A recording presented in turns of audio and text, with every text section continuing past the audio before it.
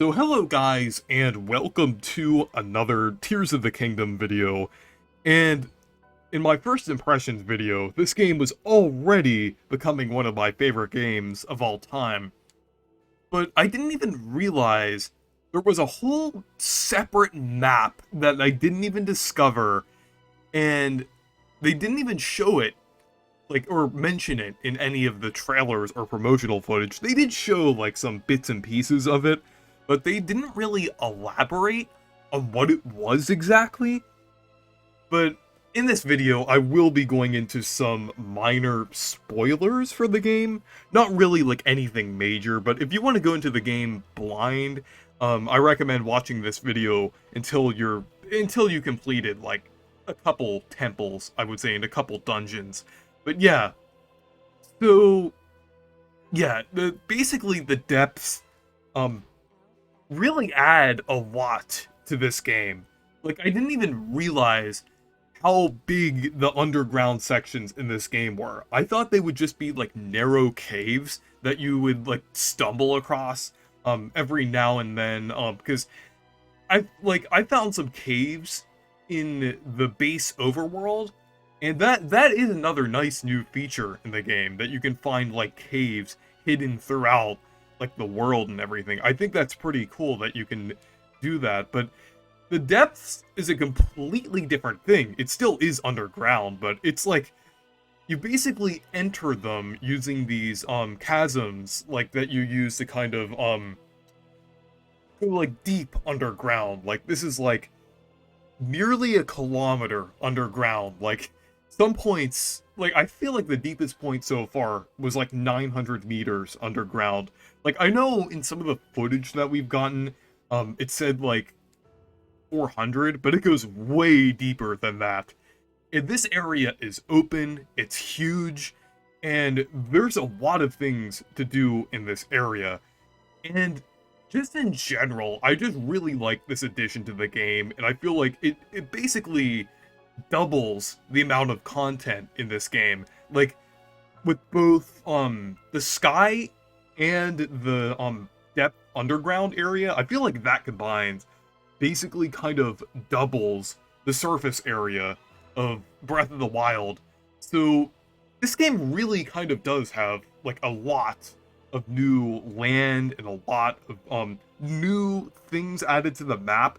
And I feel like the depths especially is what really helps separate this game from Breath of the Wild, because it's basically double the size at this point, because the depths are basically like the same size as like the base overworld map, which is pretty impressive. And like I said, I didn't expect it to be this big. I was kind of expecting like some narrow caves that you can explore. I hate to make this comparison, but kind of like Minecraft, like how you kind of go around and find these like caves everywhere. But sticking to that Minecraft comparison, this is more like the Nether, basically, because it's like a whole separate area that has a very different aesthetic that's kind of dangerous to explore, I would say. And about that fact that it's kind of dangerous to explore, I feel like that's part of what makes the depth so interesting and so fun to explore. Like there's a lot of mystery to it, like even more mystery than when you're discovering the Sky Islands or any new thing on the overworld. But here, everything is completely dark until you either light up these light root things, which are basically the towers of the depths, or you could also use these bright bloom arrows, or bright bloom seeds, which you attach to the arrows. And those seeds are usually only found in the sky, but you could also find them in some, like, with some enemies in the depth. But I think it's just really fun to explore that area. And the incentive of exploring this area is that this is one of the main places to find Zonaite, and Zonaite is basically the material you use to kind of upgrade your battery power and also get those, like, there's charges that you can use to like fill up your batteries and everything.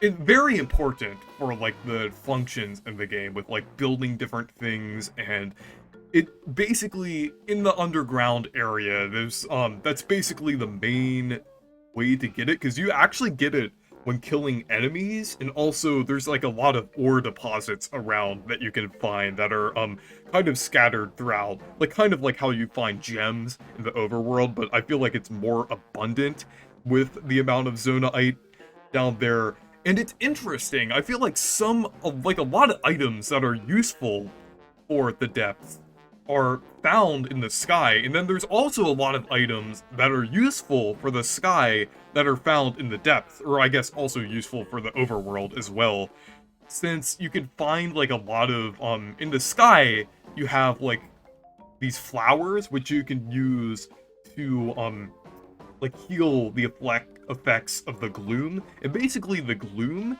is kind of like this malice type substance that locks some of your hearts away, so your max health can is like lower. Kind of reminds me of this one boss from Paper Mario the Origami King, like the hole puncher that takes away some of your health. That's really the only comparison that I can make to it that I've known about. I might be forgetting something in any other Zelda games that does that, but I feel like that's a comparison that I can make from another video game in general. But yeah, it's really interesting, and it kind of makes the area very risky to explore. Like I said, there's that dangerous element to this area. Like with a lot of these enemies, like all of them are covered in gloom, and whenever they attack you, it basically has the effect of that and everything. And then the gloom, kind of like the malice, is like scattered throughout, and it's just covered, like it covers like a lot of the ground in the area, so you kind of have to navigate that. And yeah, and you could also find various like other things like pose, which I think you can use to get certain types of armor. I haven't really found out what exactly you do with that yet, but there's a lot of that down there, so I'm sure that unlocks some interesting things. And you could also find things like the bomb flowers and those flowers that kind of have that effect on enemies that confuses them. So you could find a lot of those useful elements down there. So yeah, it definitely gives you a lot of incentive to explore down there. And it's just really, really fun and satisfying to explore that area, even though it can get a little creepy at times with how dark it is and how many gloom-covered enemies there are. It's just really fun to find like a lot of these different things down there, and these items, they kind of light up the various Lightroot towers down there. So yeah, sometimes you could see them in the distance, and I found it useful to mark them on the map, like with the scope that you have to kind of mark like a point on the map so you can kind of go towards it. And you could also kind of make the devices like kind of like the different things you would usually find in like the sky or the overworld, to kind of put together with the Ultra Hand. You could also do that down there because they have like various workshop type areas where you can kind of put stuff together. So it's just very fun to explore. And I'm really surprised that Nintendo never showed this in, or at least elaborated on it in any of their advertising, because this is a huge selling point for this game. Like, I don't know what, like, I mean, the Sky Islands are already, like, an amazing element of this game. Like, I could definitely go on about how much I enjoyed that, but the depths, I feel like it's a whole different element to this game that adds a lot of content, and it could definitely be a selling point, because it basically doubles the land area of, like what was originally there in Breath of the Wild, and I guess the overworld base map in Tears of the Kingdom.